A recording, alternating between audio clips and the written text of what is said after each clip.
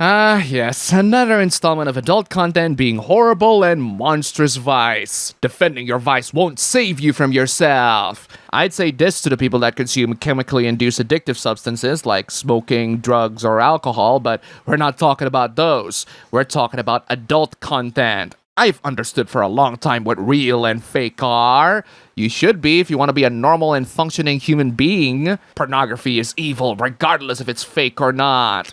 Okay, priest, but I am not interested to hear what you consider good or evil. I want to know what you're gonna do about it. It degenerates your mind. It sets up false pathways in the brain. Behavior changes is molded by porn. That's only true if you let it and can't control it. You're giving adult content way too much power over your brain. If anything, saying all this reflects your own inability to control your vice. You hear a lot of degenerates online speaking out loud about what they do all the time. Those people are loud and disgusting, but they're not the majority. Most people are either very private or very silent with their degeneracy. I talk about adult content all the time, but not in an arousing or explicitly detailed fashion that would make people puke or especially get aroused. My favorite dojins are pretty degenerate too, but it's all informational and educational. Regarding vices featuring fictional or made-up scenarios, there are two sides in this discussion. Apparently, I'm supposed to pick a side here. No, you don't have to. Sorry for covering up the words. YouTube doesn't like plenty of these, but I'll explain. First, you have the ethical consumer on the left. This guy is the stereotypical moral guardian that calls things problematic all the time. He will get really mad when an artist does something kinky or go against his view. He treats fictional characters like they are real. He wants to be seen as morally pure, but he actively seeks out the things that he despises. And then you have the cunny fat ass. This guy is an absolute degenerate that sexualizes fictional characters that are below the real legal limit. He thinks that fiction does not affect reality and is very absolute in that opinion without nuance. He doesn't think his obsession is concerning. He centers his personality on nothing but young fictional characters and goes cunny whoa in a lewd way to young anime characters. He's also a racist, homophobic, and transphobic bigot while also actively seeking out the things he despises. We're supposed to pick a side between these two, right?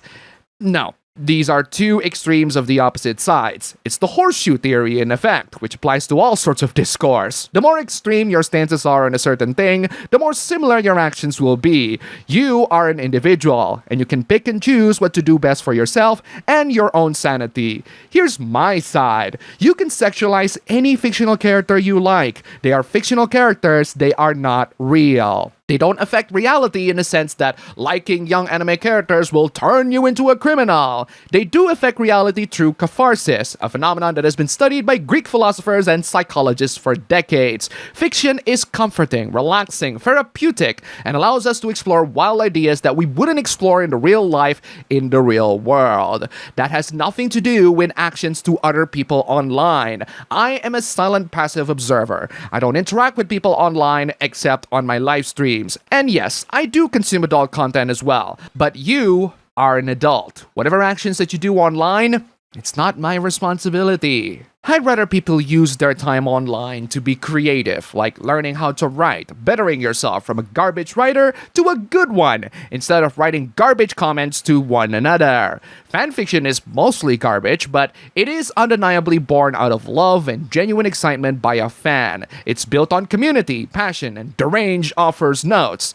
AI can't understand emotion, therefore AI cannot write fanfiction. Get that crap away from AO3. Preach, my man, preach. While there are plenty of things that AI can help for your fiction writing, like improving your proses and how to write scenes better, they can only teach you how to be an above-average writer at best. They can provide constructive criticisms if you ask them and you can take them. They can also make your scenes more authentic by providing some research for medical scenes, legal scenes, or in professions or scenes that require research. It's not as good as consulting actual legal, medical, or experts in general, but it's close enough for people to access for free, and you might even learn a thing or two. Even so, you still have to contribute the remaining creativity yourself to be an amazing writer. AI can help you become a better writer, a better researcher, and a better person in general.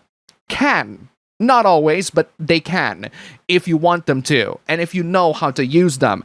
It's all about the mindset. Treat them like a digital assistant because they are digital assistants. They are not a replacement for you. Tony Stark is Iron Man, not Jarvis, not Friday, Tony. AO3 authors work for free. You have no right to tell them how to create their content. Actually, we do. It's called free speech. And if you're writing with AI-generated garbage and have AI to write the fiction for you, then you are not as much of a fan as you present yourself to be. Moving on from fictional content, let's get back to the real world for a bit because this hoopla is unreal. This is straight up elder abuse. Family won't move our group chat to Signal, and I had to leave. Here comes the guilt trip. What's so important that you had to leave your family group chat? You shouldn't be using iMessage. Signal is better OPSEC. Hey, good for you for knowing about security, but no one around your family will be just as tech savvy as you, so you have to adapt to what they can do. Grandma is 92. She barely knows how to use the phone she has. She needs to adapt. Yeah, I'm playing the Jack Marston special. Stop calling me a bad granddaughter for forcing grandma to get with the times. Get the special again.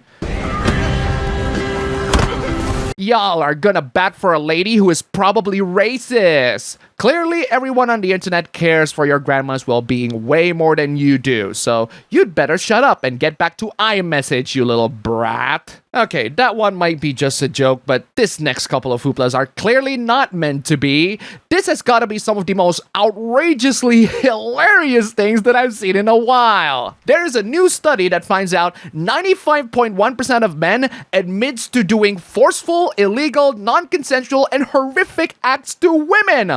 What the actual hell kind of study is that? 95%? That's almost all men. How the hell did that even work? Well, I read the study, and it does have some very interesting discoveries that you can read yourself. You can just go straight to the results to get the full story. It turns out that the 95% figure that we were told is not the amount of men who have anonymously confessed to committing illegal acts to women. The 95% figure was from the amount of men who said that they have used at least one of the 36 strategies to get women to sleep with them. What are the strategies? Well, you can read them here, sorted based on the most frequently used to the least frequent.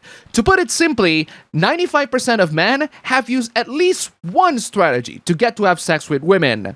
That's all there is to it. But what are the strategies? The most commonly used strategy is telling women whatever she wanted to hear.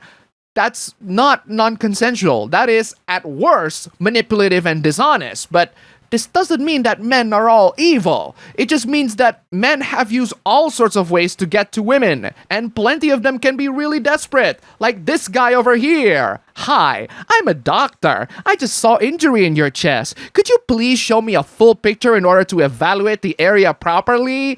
Yeah, right. Evaluate. Bunk this dumbass. You see? And that's all for the video today. Here's a cat. Huge thanks to all the wonderful sponsors this week. You're all fantastic. Don't forget to check out my previous videos here. Click the like button, comment, subscribe, join the YouTube membership, leave some tips, just $1 down below.